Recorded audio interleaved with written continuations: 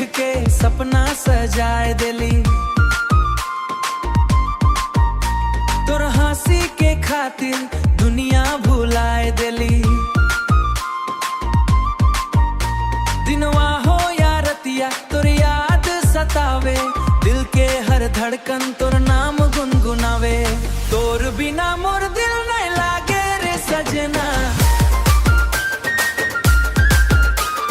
हर पल तोरे खातिर तड़पे ये मनवा। दूरी चाहे कितना हो जाए बीच में, प्यार हमर कम नहीं होए जन्म जन्म में। अरे प्यार हमर कम नहीं होए जन्म जन्म में, जन्म जन्म में। बरखा के बूंद में तोर चेहरा दिखे, चांदनी रात में तोर सपना लिखे।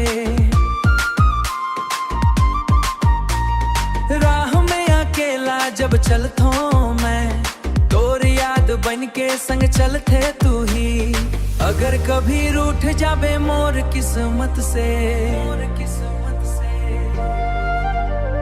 फिर भी तोर नाम रहबे मोर सांस में। दिल के कोना कोना तोरे से भरल, तोरे बिना जिंदगी लागे अधूरा रे। तोर बिना मोर दिल नहीं लागे रे सजना, हर पल तोरे खातिर तड़पे ये मनवा। दूरी चाहे कितना हो जाए बीच में, प्यार हमर कम नहीं होए जन्म जन्म में। अरे प्यार हम